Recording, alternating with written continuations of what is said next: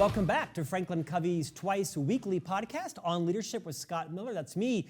I'm your host, 6 years in, 450 episodes taped, almost 400 released, where every Tuesday and Friday I have the enormous privilege on behalf of Franklin Covey of hosting this podcast, video and audio, where we shine a spotlight on what I think, Franklin Covey thinks, are the world's most influential thinkers, creators, visionaries, entrepreneurs, opportunity makers, parents, people that you may or may not know as a household name. Sometimes it's world-renowned celebrities and influencers, thinkers like today's guest.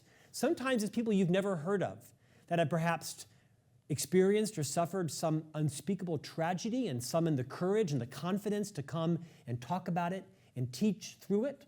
All these episodes are designed to make you a better leader. Franklin Covey, of course, the world's most trusted leadership firm, founded in part by Dr. Stephen R. Covey, the seminal thinker behind the book, The 7 Habits of Highly Effective People.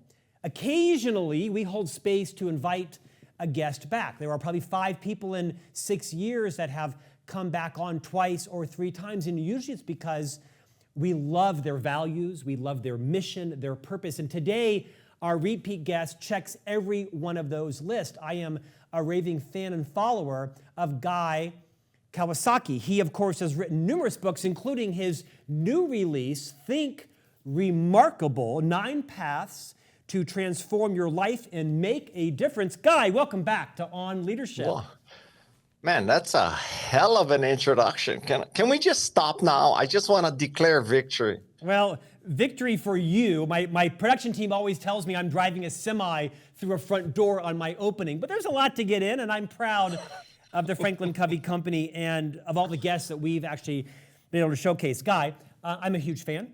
We interview the most influential people in the world. I have read all of your books. I subscribe to your podcast. You have released this new book called Think Remarkable, which will be the theme of today's topic. However, because this happens to be the world's largest weekly leadership podcast, I want to rewind a little bit.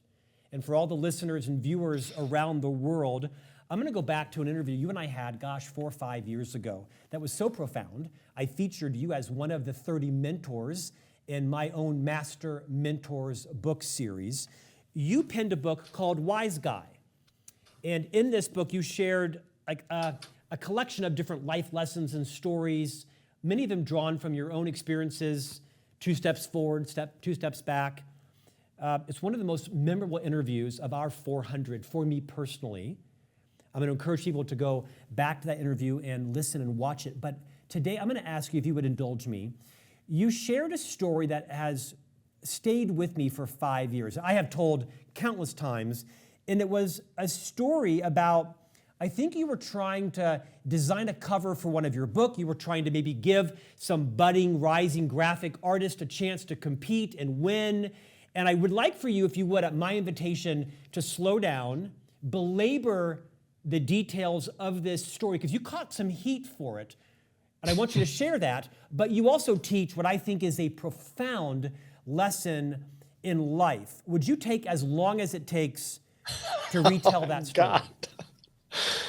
So the book that you are referring to is called Enchantment. And Enchantment was my attempt to do something like how to win friends and influence people. And I was a big admirer of Dale Carnegie and Bob Cialdini. So I was inspired by them about influence and persuasion. And I wanted to write a book about enchantment, which brings this kind of influence and persuasion up to speed with all these digital and social tools.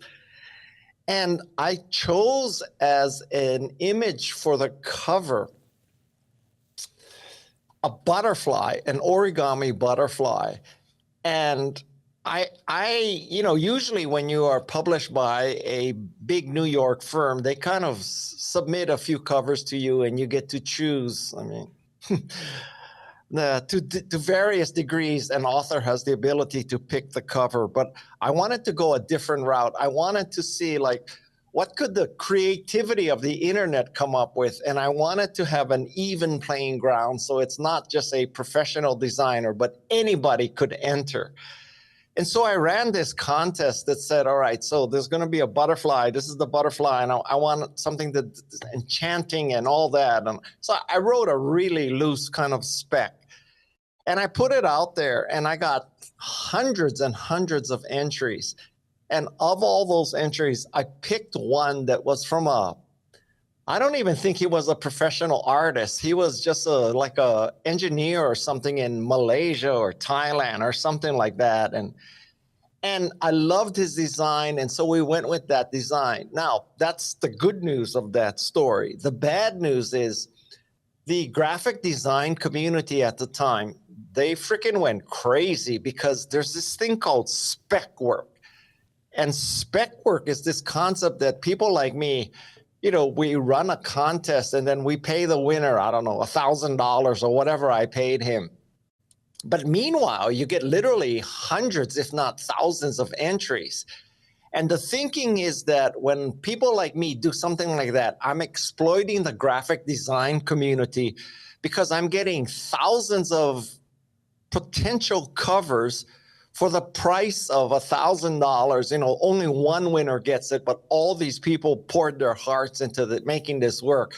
So I have exploited graphic designers all over the world. And so they got all bent out of shape at me that I would exploit people like this. Now, my take on this is that I created an even playing field and anybody could enter. And I look back at my career, and many times when I got speaking engagements, for example, it's not like the first engagement you get $100,000 for it. It takes years and years to develop a speaking career. And the start of a speaking career is you give lots of free speeches. So, if you look at the world as a zero-sum game, you'd say, oh, I've been exploited. I had to give all these free speeches. But I'm telling you, in the world, my experience is if you want to be a professional speaker, you got to give a lot of free speeches. If you want to be a professional designer, you may have to give free designs. If you want to be a programmer, you enter hackathons and you do free programming in order to get experience and exposure. So my lesson there is you have got to pay the price, and paying the price is sometimes doing things for free. And I think that is a much better attitude to pay the price and get these opportunities than to just stand back and say, you know what, I refuse to compromise my ideals. I will not do a design for you. Well, what I hear is, okay, so you will also not get my business. So it's up to you. So the lesson is, I think, as an old Chinese proverb says, that you need to stand by the side of a river for a very long time before the Peking duck will fly in your mouth. So I do not advocate standing by the side of the river. I advocate getting into the river, getting into the marsh, getting into the pond. Go get the duck. It is now clear to everyone why I am such a Guy Kawasaki fan. I think you possess enormous wisdom. You have had an impactful experience in all of your books with me and your readers. I'm honored you're back on today. Dr. Covey would have loved you because you are a manifestation of what Dr. Covey taught. Be a light, not a judge. Be a model, not a critic. And Guy, I'm almost done with my love fest with you.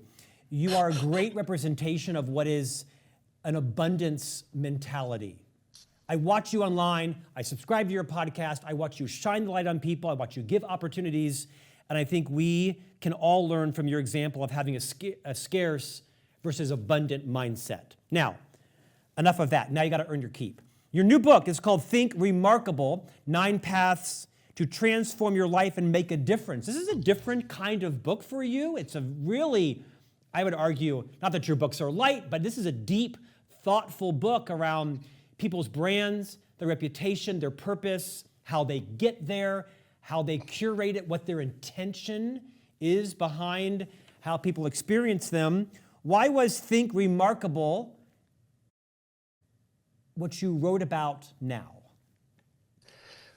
Well, this is my 16th book, and it is the result of a podcast that I have called Remarkable People.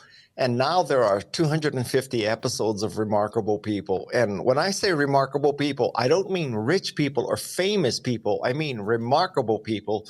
So, for example, there's no hedge fund managers, there's no private equity, there's nobody from Goldman Sachs on my podcast.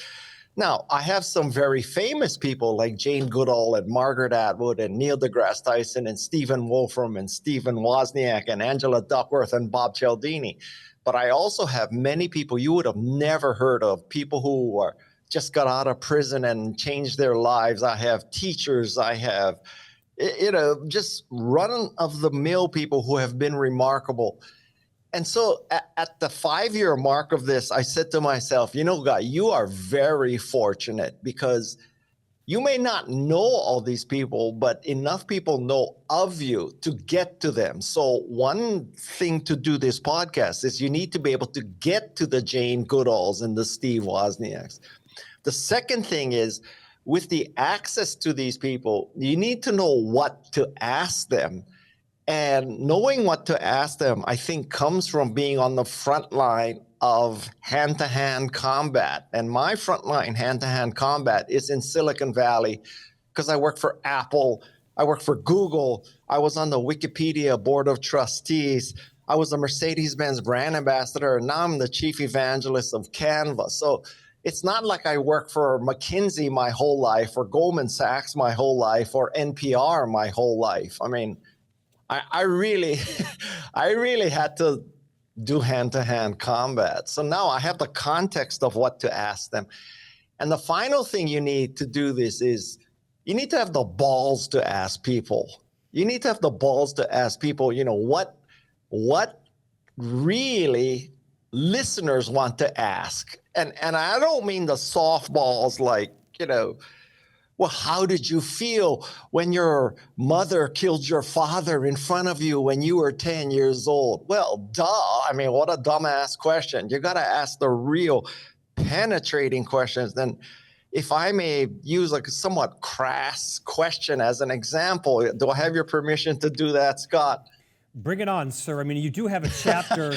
You do have a Well- chapter titled "Do Good Shit." So rock and roll. Well, I mean, last week I interviewed the woman who started Moms Demand Action. And, this is a whole thing about this organization started because of all these school shootings.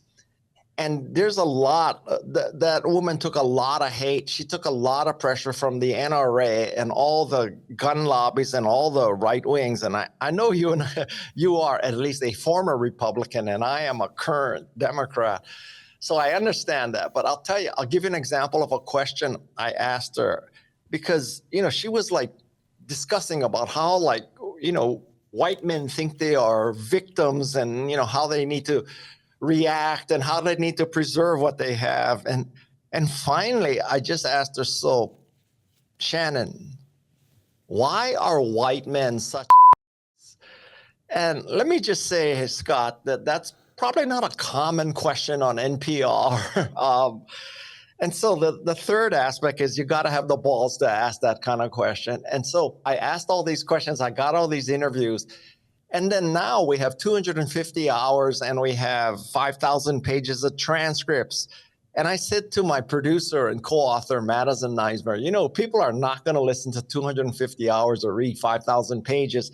So you and I, we're going on a mission and we're going to read all those transcripts and we're going to take the finest points and we're going to make it into a book that has structure. And this book is going to be under 200 pages and it's not going to be 200 pages about one concept. We are going to cover dozens and dozens of concepts. Some of them internally conflict because we need to give people a roadmap for how to be remarkable. And that's what we did. And that's the book you have in front of you. Guy, let's talk about some of the concepts, specifically acorns and trees. Dr. Covey wrote this book, The 7 Habits of Highly Effective People. This book has sold 60 million copies. It has changed hundreds of millions of lives through the Franklin Covey Company. One of our videos in the 7 Habits work session that literally tens of millions of people attend through their employers every year. One of the videos in the 7 Habits program is called The Law of the Harvest. And it basically is an archival interview of a fairly unsophisticated but very wise Idaho potato farmer. He talks about the law of the harvest and that you cannot short circuit Mother Nature. And if you want to grow bigger and better potatoes each year, we often have to plant a money-losing crop to replenish the soil of the stripped nutrients. And that year we lose money in the hopes to make bigger and better, more expensive potatoes the following year. It's my favorite video of the entire Franklin Covey archive because it's a coveralls wearing Idaho potato farmer who's never heard of Ralph Lauren or Mercedes in his life, probably could buy and sell all of us. But the wisdom of this man, of how acorns turn into oak trees, you dedicate a chapter about this, including your own career, of where it started and where it's gone. Reteach this principle to everyone. Listen, I'll tell you the story. So I live in Santa Cruz, California, and the hill on my property was covered with eucalyptus trees. Now, I'm the chief evangelist of Canva, which is from Sydney. I am deaf. I have a cochlear implant from Sydney. I use an external monitor from Sydney. I have a surfboard from Sydney. I love everything from Australia. Well, except Vegemite and except eucalyptus trees. Eucalyptus trees in California, they're a big factor on why I can't get fire insurance, because eucalyptus trees burn very, very well and they spread a fire very fast. So unlike oak trees, which you cannot cut down without, Gavin Newsom's personal sign off, eucalyptus trees, it's open season. So I took down about 150 eucalyptus trees from the hill behind my house. And then I'm looking at this bare hill and I'm thinking, we got to do something. We don't want to look like, apocalypse now happened on your hill. So let's plant native species. So what's the native species? It's coast oaks. And so I go into this research mode about what does it take to plant oaks? And I guess, and of course, the internet is completely accurate, but I went to a UC school's website about planting oaks, and I learned that if you plant a sapling, while you think you're getting a big head start over the course of a few years, if you started from the acorn will catch up to the sapling. Sounds good to me. So I said, well, okay, so let's go get acorns. So now you think that you go to any oak tree and there's acorns all over the ground. I learned fact number one, that's not true. Not every oak tree has acorns laying around. So first I had to find oak trees with acorns. Then you take the acorns, you put them in a tray, you cover it with a cloth and you put water on it. You put it in your refrigerator for a few months to simulate winter. And then after that, you plant your acorns and I forgot a step. You take all the acorns, you put them in water, and the ones that float are dead. You throw those out. The ones that sink are good. So the ones that sink, you put in the tray with the cover and the water, put it in the refrigerator. After a few months, you plant these. And I collected hundreds of acorns.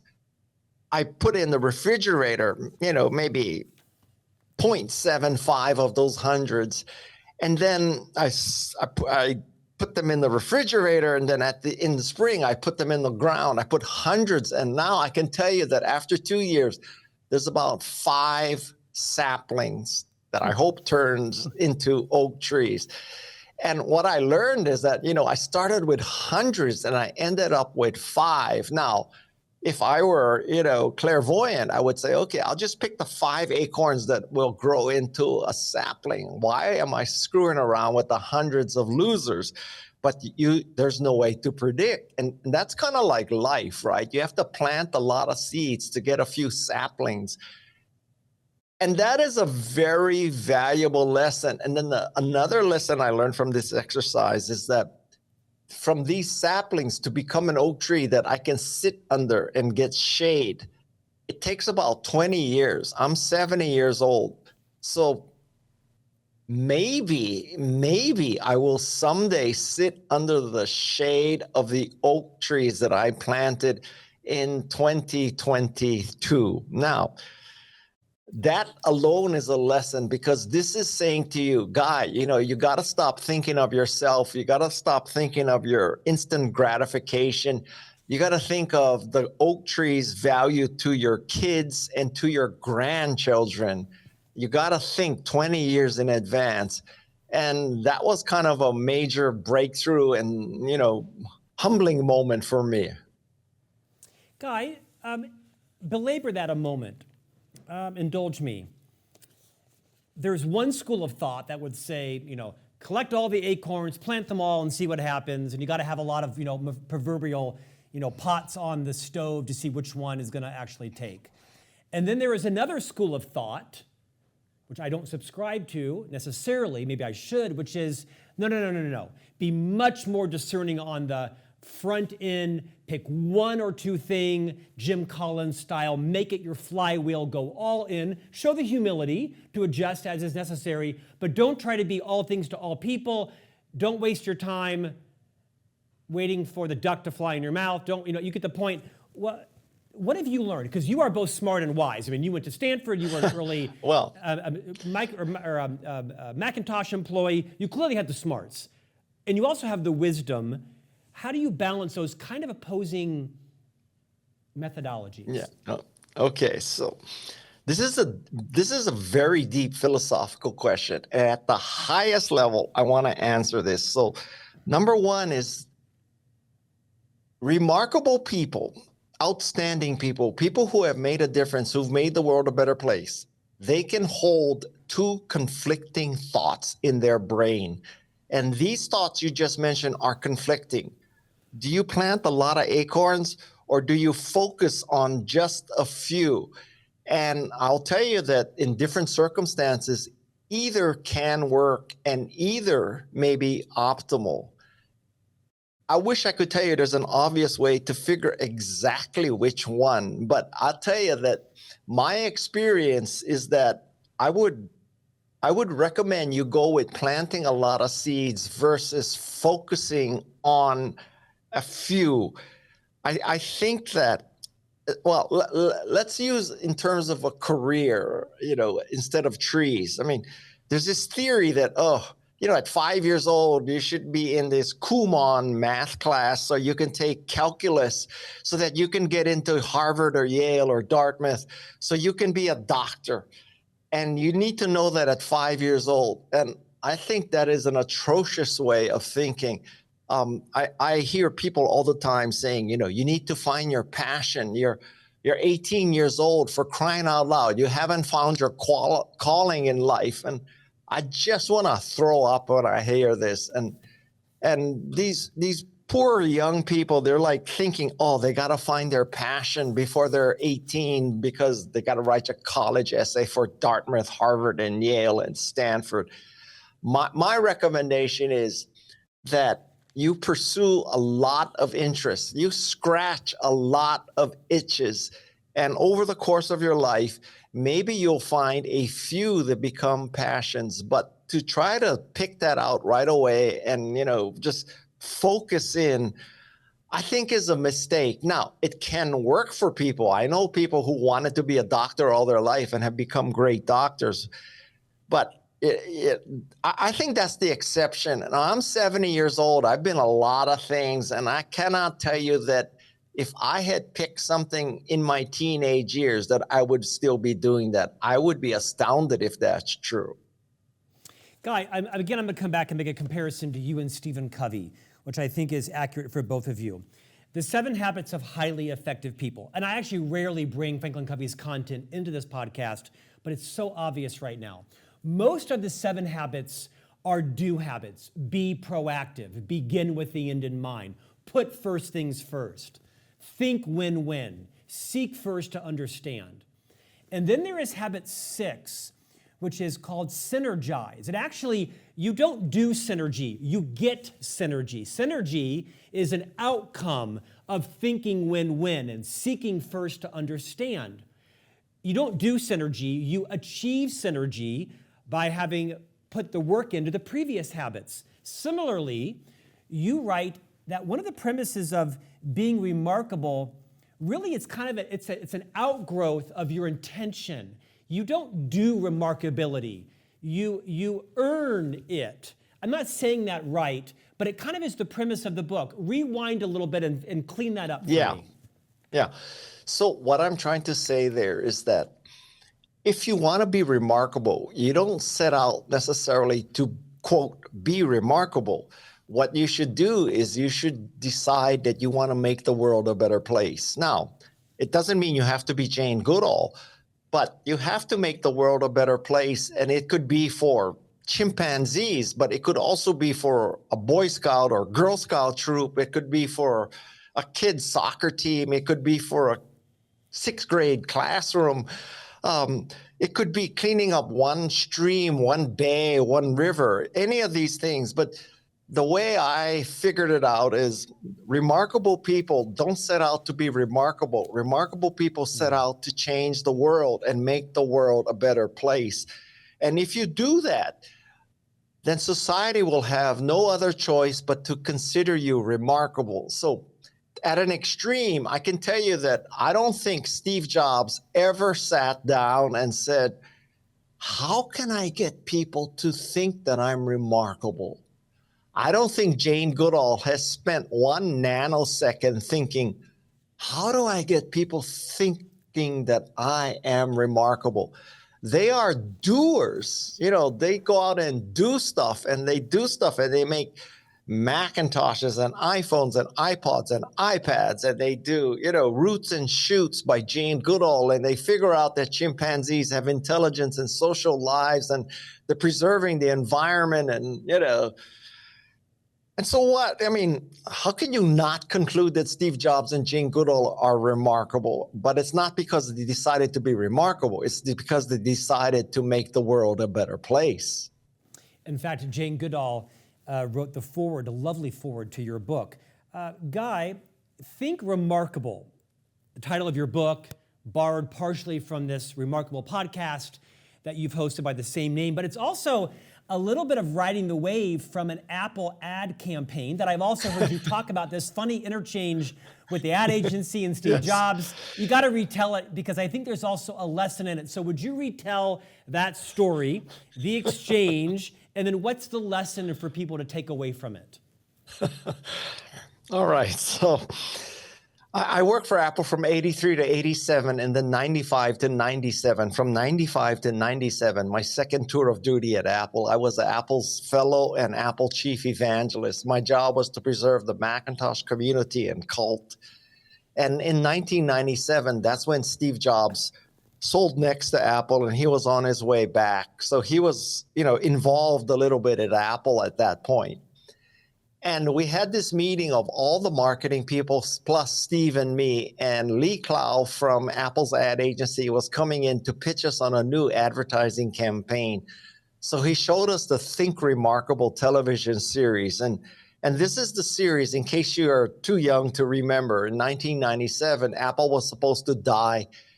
And this Think Different campaign featured people like Gandhi and Amelia Earhart and Richard Branson and Albert Einstein and Pablo Picasso. And the basic message was, if you want to be remarkable, if you want to be like these thinkers and doers and geniuses and innovators and world changers, you got to think different. You can't just be thinking like everybody else. And to put it mildly, in 1997, if you were using a Macintosh, you were thinking different. You weren't in the mainstream of computing. So anyway, Lee Clow shows this commercials, and we loved it because it just clearly communicated how a Macintosh user felt that they were trying to be different and they were trying to change the world. So at the end of this meeting, Lee Clow says to us, "All right, I have 2 copies of the videotape with all these commercials. Steve, I'm going to give you a copy, and Guy, I'll give you the other copy." And Steve, as only Steve would, Steve says, "Don't give Guy a copy." And, Scott, this is one of those moments when you look back and you want to say, wow, why did I wimp out? So I said to Steve and, everybody else in the room, I said, "What's the matter, Steve? Don't you trust me?" And then Steve, as only Steve would, he said, "Yes, Guy, I don't trust you." So now Here is moment number 2, Guy. Are you a man or a mouse? And so I said to him and the rest of the group, Steve, that's okay. I don't trust you either. That answer probably cost me $250 million, but man, it's like, what a great story. So now, what's the lesson? Well, one lesson is sometimes if you shut up, you could make more money. That would be one lesson. But the lesson I take from this is that, you know what, like sometimes you just gotta stand up. You gotta stand up for who you are, and you have to take it, and you have to run with it, and damn the poor torpedoes, full speed ahead. I like you. You are like the perfect blend of smart and wise, and everybody can benefit from, I think, integrating more of that into your life. Last story in the book, or last concept I want to talk about. You talk about jumping to the next curve and riding the tide. I mean, you are a futurist, because I say you are, but how, what It's advice, that easy. what advice, Guy, would you give to people that are, I mean, any entrepreneur, any solopreneur, any founder, any creator is trying to figure out, should I ride the wave? Should I jump the shark? Should I be ahead? You know, how do I find the right, I don't surf. You surf later in life. I don't surf. I'm from Florida, so I have a shark phobia. Different podcast on that. But what advice would you give to someone to know when they should be kind of jumping the curve versus riding the wave versus being way out front? It's a broad question. Answer that based on maybe a success or setback you've had by your own judgment. Well, like that earlier question you asked, this is one of those things that there's no clear-cut answer. It's, in a sense, it's kind of whatever the last business book you read said Well you said. believe, right? Well said, yeah. Pivot quickly or stick it out. Yeah. And I will tell you that I have several theories for how you figure out whether you should jump to the next curve or do the next product, or you should, lay back and be the fast second. And so these are my theories about innovation. So one path to innovation is that you work backwards from the customer, which is to say that instead of thinking about what you like to do, what you're good at, and what you think you can make money at, all of these things are subordinate to what the customer wants. So if the customer wants something, it's not about what you want to do, it's about what they want to do. And I'll give you a good negative example.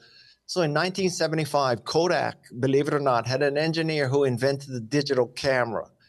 Now, imagine that engineer goes to his manager and says, I figured out a way people don't have to buy film. What a great thing, right? Like, I don't think so. Kodak was in the film business. They defined themselves as, we put chemicals on film and chemicals on paper. So who is this punk in the engineering department who's come up with a way to reduce our sales, right? So Kodak did not embrace the digital camera business. Now, Kodak was working forward from what they like to do.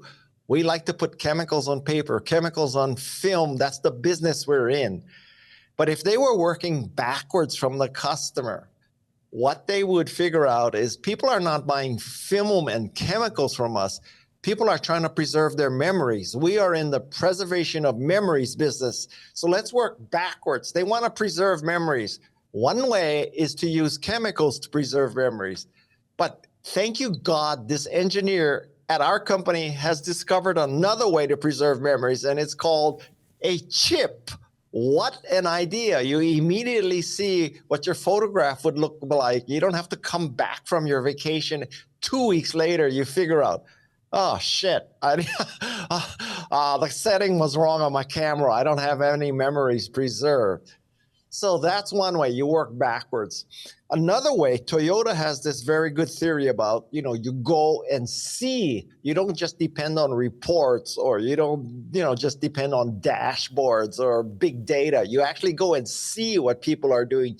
You actually go and see how people use a minivan, that They have 2 kids, 2 baby seats, 2 strollers. They have all the baby bags and diapers and all that. And, they can't be lifting all that stuff high. So we need a minivan, and the door needs to slide, not open because parking spaces are tight, So you go and see how people are using minivans.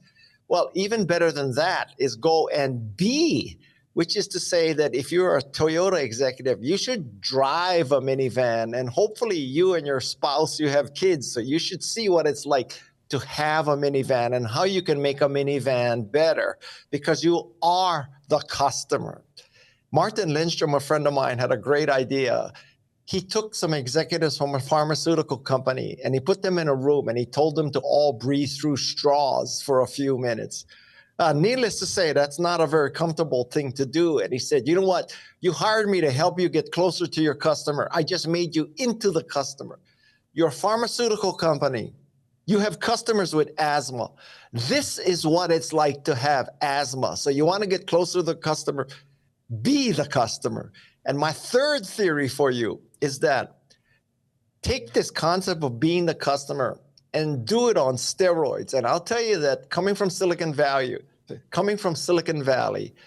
I think this is the richest vein for tech startups, which is you build the product that you yourself want to use. You're Steve Wozniak and you build an Apple One because you want a faster, cheaper, easier to use computer than a mainframe, right? You're Mark Zuckerberg and you want to get dates, so you build Facebook. You're Larry and Sergey and you want to find information on the internet, so you build Google, right? So these are cases where people have built what they want to use. Now, the skeptic would say, well, you could build what you want to use, but what if you're the only 2 people in the universe that want to use that? And that is honestly a risk. But I think that the history has proven that the richest vein for tech startups is 2 geeks in a garage. They build something that they want to use and come to find out they're not the only nutcases that want to use it. So to summarize, build what you want to use, work backwards from the customer, or be the customer. And I think those are the 3 best ways to create a new product or new service. Guys, sometimes being a good podcast host is just letting the guest rant. And I'm sure that this podcast is going to be listened to over and over again by a lot of people and organizations. Sir, what's next for you? What's on the horizon? Well, I'm revising the book Wise Guy, and I hope the title will stick as Wiser Guy. So that's number 1. I continue my podcast. I interview at least 1 person a week. Every Wednesday morning, we release a new episode of Remarkable People. I also do a weekly Substack newsletter because I am very fortunate that I have a constant flow of inspiration and information because of my podcast. So my podcast can generate a lot of great newsletters for Substack. And I surf almost every day. And in a couple months, I'm going to be a grandparent for the first time. So that's kind of what I'm up to. In fact, your Substack came in this morning. I was driving into the office and I heard the ping, and you sent me the Substack this morning. So it's something I look forward to whenever it comes in. Guy Kawasaki, Think Remarkable, 9 Paths to Transform Your Life and Make a Difference. Looking forward to having you back again for Wiser Guy, if in fact that's the title when it comes back. Guy, thanks for your friendship, man. You're a class act. Thank you very much. I mean, you said some of the most flattering things that I have ever heard. So I really appreciate it. I know you have a very high bar, and I'm so happy you didn't think that I wrote Rich Dad, Poor Dad. That was one of the high points of this interview, too. Well, we did not talk about that at all. So there is no confusion That's another there. Great story. No confusion there. Thank you, Guy. I appreciate you joining us today. You can take out my story about why are white men are. We're not taking. No, you can't repeat it. You can't repeat it. That's a good clip. Guy, we're still on air. I can't take it out now. It's great to see you, sir. And we will see you back here next week for a new conversation on leadership.